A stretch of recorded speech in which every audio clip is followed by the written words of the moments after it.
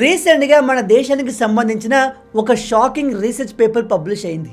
అందులో ఏముందంటే మన ఇండియా రానున్న సంవత్సరాల్లో 2 భాగాలుగా విడిపోనుంది. మరీ ముఖ్యంగా లదాఖ్, హిమాచల్ ప్రదేశ్, ఉత్తరాఖండ్, సిక్కిం, అరుణాచల్ ప్రదేశ్ అండ్ ఉత్తరప్రదేశ్లోని కొన్ని ప్రాంతాలు రానున్న రోజుల్లో మనకు కనిపించవు. ఈ రాష్ట్రాలు మెల్లమెల్లగా హిమాలయ పర్వతాల కిందికి పోతున్నాయి.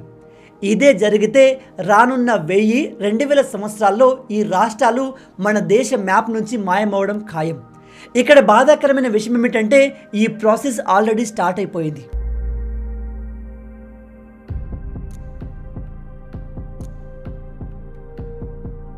Covered at this road and you can see it's a full finger crack and a hand can go inside it, so it's a handful crack we can say.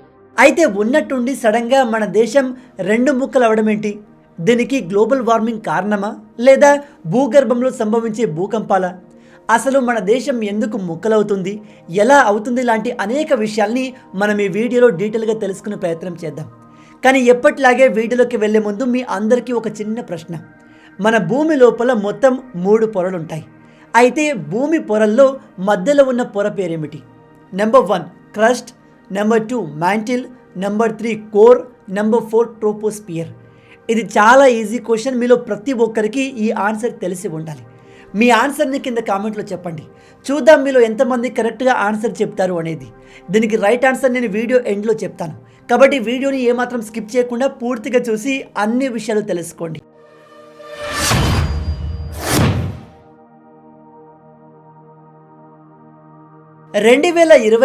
December 2023 నాడు చైనాకు చెందిన ఓషియన్ యూనివర్సిటీ జియాలజిస్టులు ఇండియన్ టెక్టానిక్ ప్లేట్ల యొక్క northern ఎడ్జ్ని study చేస్తున్నప్పుడు వాళ్ళకు కొన్ని shocking విషయాలు తెలిసాయి.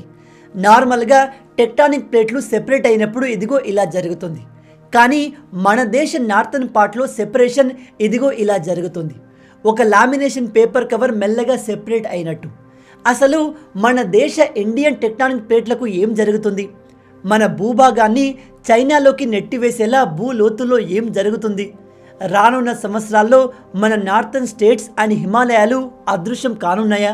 మరీ ముఖ్యంగా ఇలాంటి ఘోరమైన వైపరీత్యం తర్వాత మన దేశ ఫ్యూచర్ ఎలా ఉండబోతుంది? ఈ క్వశ్చన్స్కి సమాధానం దొరకాలంటే మనం టైంలో కాస్త వెనక్కి వెళ్లాల్సి ఉంటుంది. అది కూడా ఒక ప్రాంతానికి. ఆ ప్రాంతమే టిబెట్. మే 5, 2022 నాడు టిబెట్కి పక్కనే ఉన్న సిచువాన్ అనే ప్రాంతంలో భూమి సడన్గా షేక్ అయింది. ప్రజలకు అక్కడ ఏం జరుగుతుందో తెలిసేలోపే చుట్టూ ఉన్న బిల్డింగ్లు పేక మేడలాగా ఒక్కసారిగా కూలిపోయాయి. బిల్డింగ్ శిథిలాల కింద ఇరుక్కుపోయి దాదాపు 100 మంది ప్రాణాలు కోల్పోయారు. 500 కంటే ఎక్కువ మంది గాయాల పాలయ్యారు.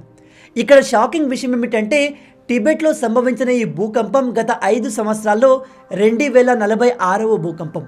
అంటే కేవలం 5 సంవత్సరాల్లో ఒకే ప్రాంతంలో 2000 కంటే ఎక్కువగా భూకంపాలు సంభవించాయి.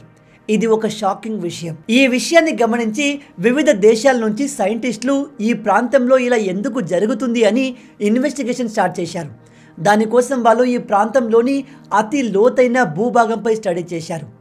అలాగే వీళ్ళు తమ ఇన్వెస్టిగేషన్లో మన దేశంలో కూడా స్టడీ చేయాలి అనుకున్నారు. ఒక్క 2023 సంవత్సరంలోనే నార్త్ ఈస్టర్న్ ఇండియాలో అండ్ నేపాల్లో 2021, 22లో సంభవించిన భూకంపాల కంటే 2 రెట్లు ఎక్కువగా భూకంపాలు వచ్చాయి. అయితే చాలామంది సైంటిస్టులు ఈ భూకంపాలకు కారణం ఉత్తరాఖండ్, అరుణాచల్ ప్రదేశ్, నేపాల్ అండ్ టిబెట్ భూభాగాలు 2 టెక్టానిక్ ప్లేట్స్ అయిన ఇండియన్ ప్లేట్, యురేషియన్ ప్లేట్ బౌండరీలపైన ఉండడం అనుకున్నారు. ఎందుకంటే సాధారణంగా ఇలాంటి బౌండరీలపైన భూకంపాలు సంభవించడం చాలా కామన్. కానీ ఇక్కడ రీజన్ అది కాదు. నిజానికి ఈ 2 ప్లేట్ల బౌండరీలు కేవలం నేను చెప్పిన రీజన్స్ వరకు మాత్రమే పరిమితం కాలేదు. ఈ బౌండరీ పాకిస్తాన్లోని కరాచీ నుంచి లదాఖ్కి, లదాఖ్ నుంచి టిబెట్, టిబెట్ నుంచి అరుణాచల్ ప్రదేశ్, అరుణాచల్ ప్రదేశ్ నుంచి మయన్మార్ వరకు విస్తరించి ఉంది. ఒకవేళ ఈ బౌండరీపై ఉండడం వల్లే భూకంపాలు సంభవిస్తున్నాయంటే మరి అలాంటప్పుడు పాకిస్తాన్కి వెస్టర్న్ భాగంలో, మయన్మార్కి ఈస్టర్న్ భాగంలో కూడా భూకంపాలు రావాలి. కానీ అలా జరగలేదు. షాకింగ్ విషయం ఏమిటంటే గత 6 సంవత్సరాల్లో ఈ టోటల్ బౌండరీ పైన వచ్చిన 5 భూకంపాల్లో 4 భూకంపాలు కేవలం ఈ ప్లేస్లో మాత్రమే సంభవించాయి. దీన్ని బట్టి ఈ భూభాగం కింద టెక్టానిక్ ప్లేట్ ఫ్రిక్షన్ కంటే కూడా ఇంకేదో జరుగుతుందన్న విషయం మనకు క్లియర్గా అర్థమవుతుంది. చాలా మంది హిమాలయ పర్వతాలు 2 టెక్టానిక్ ప్లేట్స్ గుద్దుకోవడం వల్ల పుట్టాయి అనుకుంటారు. అది కొంతవరకు నిజమే, కానీ పూర్తిగా నిజం కాదు. ఎందుకంటే నిజానికి హిమాలయ పర్వతాలు కేవలం 2 టెక్టానిక్ ప్లేట్స్ వల్ల కాదు, 3 టెక్టానిక్ ప్లేట్స్ల కొలిజన్ వల్ల ఏర్పడింది. దాదాపు 100 మిలియన్ సంవత్సరాల క్రితం Indian plate and Eurasian plate మధ్య టెథిస్ అని ఒక సముద్రం ఉండేది. దాని దిగువన ఉన్న 3వ ప్లేటే శిరోదా ప్లేట్. ఎప్పుడైతే ఇండియన్ ప్లేట్ గోండ్వానా నుంచి విడిపోయి టెథిస్ సముద్రం కింద ఉన్న శిరోదా ప్లేట్ను ఢీకొందో, ఆ కొలిజన్ కారణంగా శిరోదా ప్లేట్ ఇండియన్ అండ్ యురేషియన్ ప్లేట్ల మధ్య నలిగిపోయింది. దాంతో టెథిస్ సముద్రం యొక్క అడుగు భాగం శిరోదా ప్లేట్ నుంచి సెపరేట్ అయి పైకి లేవడం స్టార్ట్ అయింది. మరోపక్క ఈ శిరోదా ప్లేట్ యురేషియన్ ప్లేట్ కిందకి జారడం మొదలైంది. అంటే 100 మిలియన్ సంవత్సరాల క్రితం ఉన్న టెథిస్ సముద్రం యొక్క బేసే నేడు హిమాలయ పర్వతాలుగా ఆవిర్భవించాయి. అందుకే మీరు గమనించండి, అప్పుడప్పుడు శాస్త్రవేత్తలకు హిమాలయ పర్వత ప్రాంతాల్లో లక్షల సంవత్సరాల క్రితం సముద్రంలో జీవించిన జంతువుల అవశేషాలు దొరుకుతూ ఉంటాయి. అవి చూసి మనం హిమాలయాల్లో సముద్ర జీవులు ఎక్కడి నుంచి వచ్చాయని ఆశ్చర్యపోతూ ఉంటాం. కానీ దానికి అసలు రీజన్ ఇది. అయితే ఈ కొలిజన్ తర్వాత కూడా మన ఇండియన్ ప్లేట్ యురేషియన్ ప్లేట్ వైపు మూవ్ అవుతూ వచ్చింది. ఎప్పుడైతే ఈ 2 ప్లేట్లు ఒకదాంతో ఒకటి ఢీకొన్నాయో అప్పుడు మిగిలిన హిమాలయ పర్వతాలు కూడా ఫామ్ అయ్యాయి. ఈ విధంగా 3 ప్లేట్ల కొలిజన్ కారణంగా టోటల్ హిమాలయ పర్వతాలు ఏర్పడ్డాయి. నేను మీకు ముందుగా చెప్పినట్లు గత 6 సంవత్సరాల్లో ఈ టోటల్ బౌండరీ పైన సంభవించిన 5 భూకంపాల్లో 4 భూకంపాలు కేవలం ఈ ప్రాంతంలో మాత్రమే వచ్చాయి. దానికి కారణం ఆ ప్రాంతంలోనే శిరోదా ప్లేట్ యురేషియన్ ప్లేట్ కింద ఇరుక్కుపోవడమని సైంటిస్టులకు అనుమానం కలిగింది. ఈ ప్రశ్నకు సమాధానం తెలుసుకోవడానికి అమెరికాలోని స్టాన్ఫర్డ్ యూనివర్సిటీకి చెందిన కొంతమంది సైంటిస్టులు టిబెట్ రీజియన్లో ఉన్న అన్ని టెక్టానిక్ ప్లేట్లను స్టడీ చేసి వాటి మధ్య బౌండరీలను మ్యాప్ చేశారు. అయితే ఈ ప్లేట్ల బౌండరీలు మ్యాప్ చేయడానికి వాళ్ళు ఒక డిఫరెంట్ మెథడ్ని ఎంచుకున్నారు. అందుకోసం వాళ్ళు టిబెట్లోని చల్లటి మంచులో ఉండే హాట్ స్ప్రింగ్స్ని స్టడీ చేశారు. ఎందుకంటే ఈ హాట్ స్ప్రింగ్స్ అనేవి భూగర్భంలో వేడెక్కిన లావాతో గ్రౌండ్ వాటర్ కాంటాక్ట్ అయినప్పుడు విస్ఫోటనం చెంది ఏర్పడతాయి. అందుకే ఈ హాట్ స్ప్రింగ్లో భూమిలో ఉండే అనేక రసాయనిక పదార్థాలు ఉంటాయి. కాబట్టి ఈ సైంటిస్టులు ఈ రసాయనిక పదార్థాల్లో ఉండే హీలియం ఐసోటోప్స్ అయిన He3, He4ను యూజ్ చేసుకొని ఈ 2 ప్లేట్ల యొక్క బౌండరీ మ్యాప్ని తయారు చేశారు. దీనికోసం సైంటిస్టులు టిబెట్ చుట్టుపక్కల ఉన్న 225 హాట్ స్ప్రింగ్లను అనలైజ్ చేసినప్పుడు వారికి కొన్ని షాకింగ్ విషయాలు తెలిసాయి. విషయం ఏమిటంటే సాధారణంగా మన ఇండియన్ ప్లేట్ దాదాపు 100 కిలోమీటర్ల మందం ఉంటే టిబెట్ భూభాగంలో అది కేవలం 80 కిలోమీటర్ల మందం మాత్రమే ఉంది. అంటే 20 కిలోమీటర్లు సన్నగా ఉందన్నమాట. ఈ అబ్జర్వేషన్ తర్వాత సైంటిస్టులకు ఈ ప్లేట్ కింద ఏదో జరుగుతుందనే విషయం క్లియర్గా అర్థమైంది. ఆ విషయాన్ని తెలుసుకోవడానికి 2023లో చైనాకు చెందిన ఓషియన్ యూనివర్సిటీ ఈ మొత్తం ప్రాబ్లంని మళ్ళీ ఫ్రెష్గా స్టడీ చేసింది. దాంతో చైనా సైంటిస్టులు ముందుగా టిబెట్ భూభాగంలో ఉన్న ఇండియన్ ప్లేట్లో ఎగ్జాక్ట్గా ఏం జరుగుతుందో ఒక టెక్నిక్ ద్వారా తెలుసుకున్నారు. అందుకోసం వాళ్ళు టిబెట్ యొక్క ఎర్త్క్వేక్ మెజర్ చేసే 94 బ్రాడ్బ్యాండ్ సెస్మిక్ స్టేషన్ నుంచి డేటా కలెక్ట్ చేసి వాటిని డీటెయిల్గా స్టడీ చేశారు. సాధారణంగా ఒక ప్రాంతంలో భూకంపం ఏర్పడినప్పుడు ఆ సెంటర్ నుంచి 2 రకాల వేవ్స్ విడుదలవుతాయి. అందులో మొదటిది ప్రైమరీ వేవ్స్, దీన్నే పీ వేవ్స్ అని కూడా అంటారు. ఆ తర్వాత వచ్చేది సెకండరీ వేవ్, దీన్నే ఎస్ వేవ్ అని కూడా అంటారు.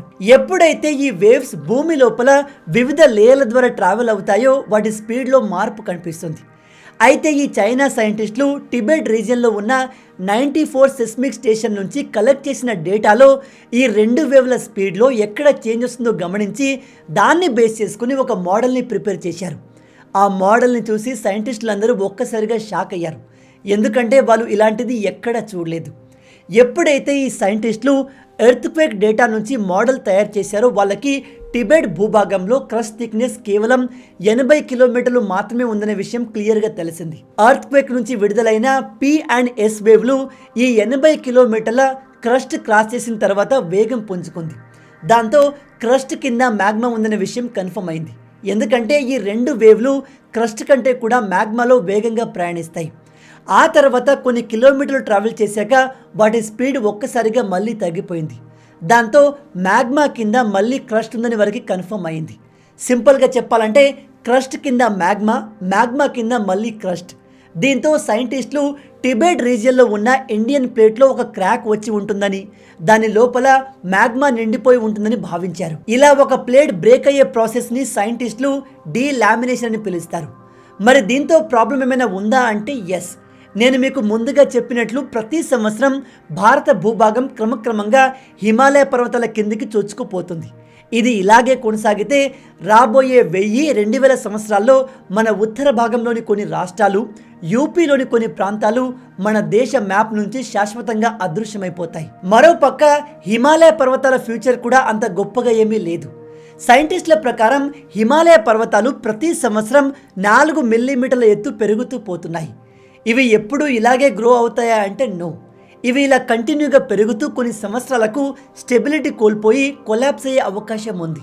దాంతో ఆ డిస్ట్రాక్షన్కి నార్త్లో ఉండే అనేక ప్రాంతాలు ఇన్హాబిటబుల్గా మారుతాయి. ఇదంతా విన్నాక ఇప్పుడు మీలో కొంతమంది ఈ టెక్టానిక్ ప్లేట్లు కదలకుండా అవి స్టార్టింగ్లో ఉన్నట్టుగానే ఒకే చోట ఉండి ఉంటే మనుషులు, జీవరాశులు ఎంతో సుఖంగా ప్రశాంతంగా ఉండేవో కదా అనుకోవచ్చు.